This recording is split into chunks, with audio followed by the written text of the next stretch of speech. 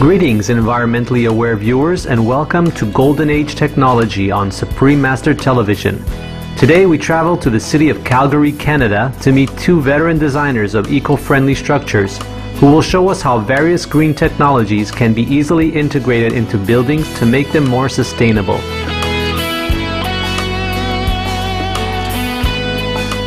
I am Helen Ostrowski, and right here beside me is my husband, Jorg Ostrowski.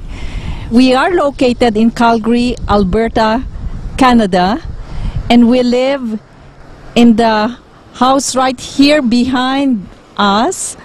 This is where we work and live a sustainable lifestyle. When I was a child, we enjoyed camping, sailing, and skating and skiing outdoors and picking blueberries. So that became a passion to protect that beautiful heritage that the world has, and so we want to do our part. The Ostrowskis are both architects with nearly 70 years of architectural experience between them. The pair has been recognized on many occasions for their fine work and are co-recipients of the Green Award, Emerald Award for Environmental Excellence Small Business category, Autonomous House Award, and the Northeast Sustainable Energy Association Quality Design Award, Single Family Home category. Together with another architect, the Ostrowskis are co-owners of Autonomous and Sustainable Housing Incorporated, also known as ASH, which specializes in eco-buildings and eco-development. Through the years, the couple has designed many residential, commercial, and municipal architectural projects across the globe. In 2009, the pair served as consultants to the mayor of Puerto Princesa, the largest city in the Philippines, on a large-scale, eco-focused municipal redevelopment initiative. For 17 years, they have lived in a self-built model green residence that does not connect with the city water, sewer, or natural gas lines. You might wonder, how is this possible? Let's find out by visiting the Calgary Eco Home, also known as the Alberta Sustainable Home Office, which has been featured in press articles, international journals, and textbooks, and toured by 70,000 people since its completion in 1994. The section of Calgary that we're in is the northwest. As you can see, this is sort of a normal suburban area. This is a single-family home, but it has no basement. It's 1.5 stories high.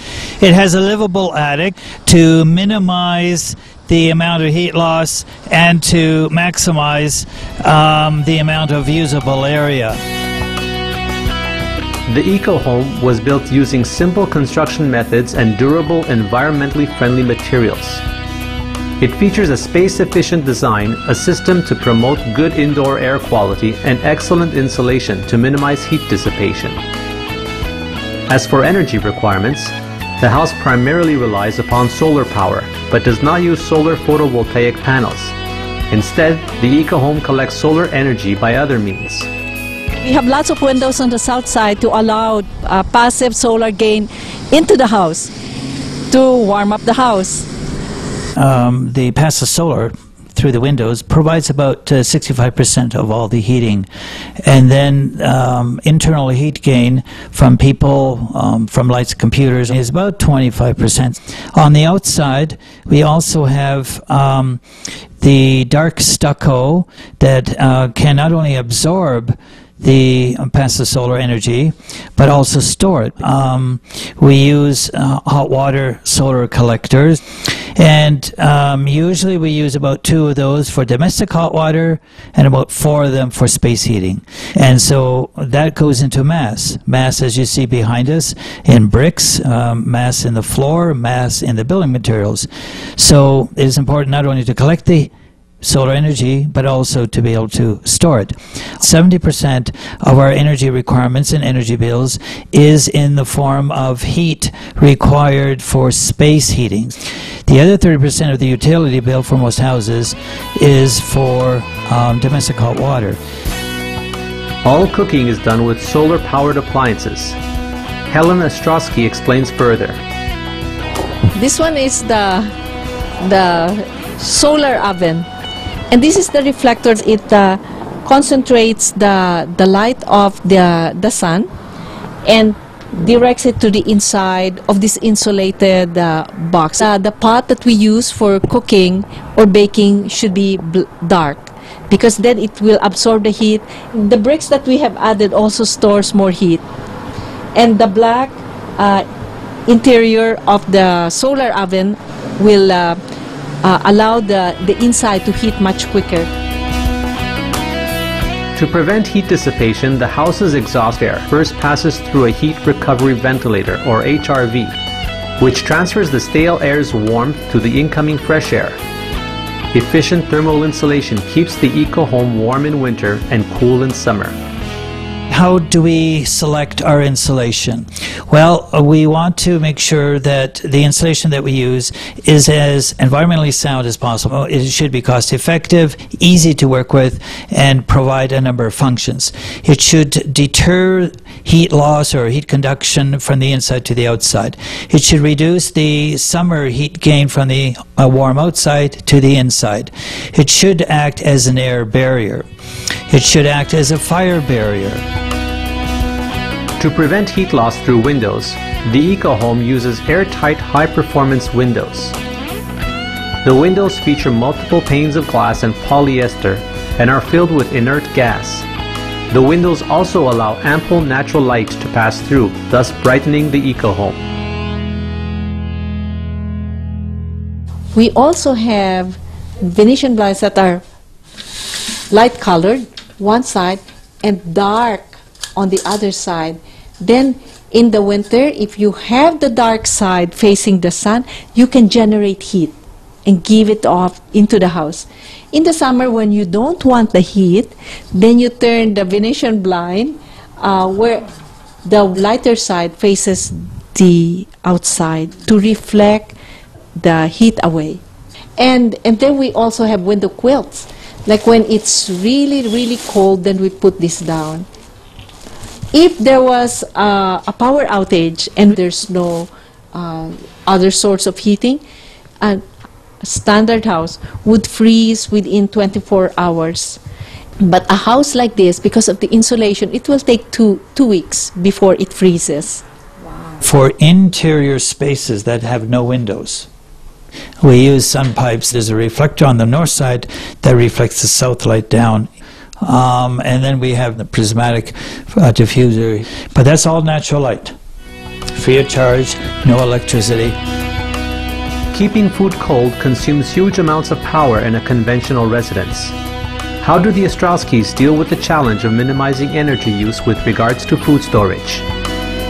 We use the fridge and freezer in the summertime.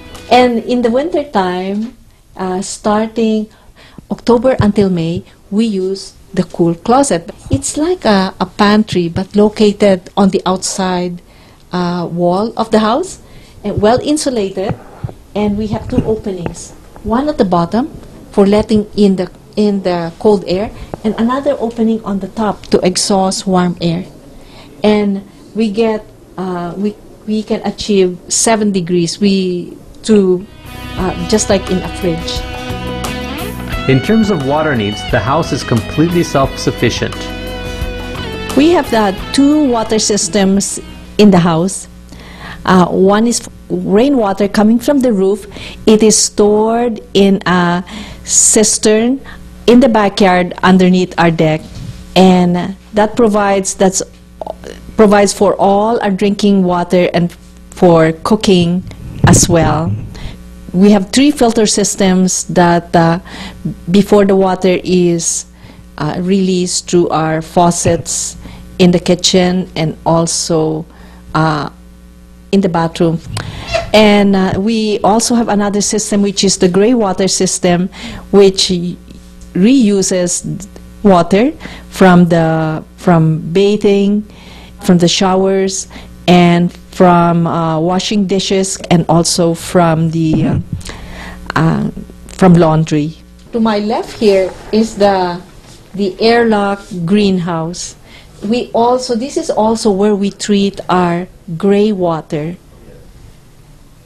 the planter box. In this planter box, we have layers of sand, gravel, and earth. And this was used as the natural filter for gray water. Human waste is treated through a water-free composting chamber that also composts other organic matter. This is a very interesting waste disposal system. It takes in waste from the toilet upstairs, uses no water, and saves an average Canadian family of 200,000 liters of water per year by not flushing. And the waste that goes into this system is converted into fertilizer. Waste is can be mixed with anything that's biodegradable, including vegetable scraps, fruit scraps, leftover food. The fertilizer is then used in the couple's organic garden. Instead of a lawn, we have an organic garden with vegetables and edible flowers and medicinal edible herbs. And for the time spent and the effort spent in maintaining a garden, we found that it was just makes more sense and more profitable to grow one's own food. The Ostrowskis always think carefully about how their actions affect the biosphere. We try to promote a home office where possible because it involves less driving for people. They can work from a house where they have invested. And so if they can use it beyond just sleeping, and we have a smart car, very efficient. We try to use it only once a week. When we have meetings outside of our home office, then we try to concentrate it on one day in the week when we do all our errands and shopping. We try to walk wherever we can. Well, I think that if most people or all people on the planet were vegan, that probably would be the easiest and the most pragmatic, long-term, healthy solution for planet Earth. We know that from our own experience it is much more efficient. A lot of our diet consists of raw food. We eat a lot of salads. We grow a lot of our own vegetable. Finally, Jörg Ostrowski shares his final thoughts on creating a greener world. Safe drinking water and healthy soil are key aspects of a sustainable future. It is absolutely critical to have healthy soil and safe water, if you look at it globally, because many people do not have healthy soil or safe drinking water. We still use drinking water for flushing our toilet. That's why we have a compost toilet. It saves 200,000 liters of drinking water. There's no reason that we should be using drinking water for flushing toilets. Thank you, Jörg and Helen Ostrowski, for providing a tour of the Calgary Eco Home and sharing your insights on earth-friendly architecture and living. May you continue to build sustainable structures that set the standard for treating our planet with kindness. For more details on the Calgary Eco Home, please visit www.ecobuildings.net. Supportive viewers, we appreciate your company on today's Golden Age technology. Up next on Supreme Master Television is Vegetarianism, the Noble Way of Living, after noteworthy news. May we always make eco-sensible choices in our daily lives.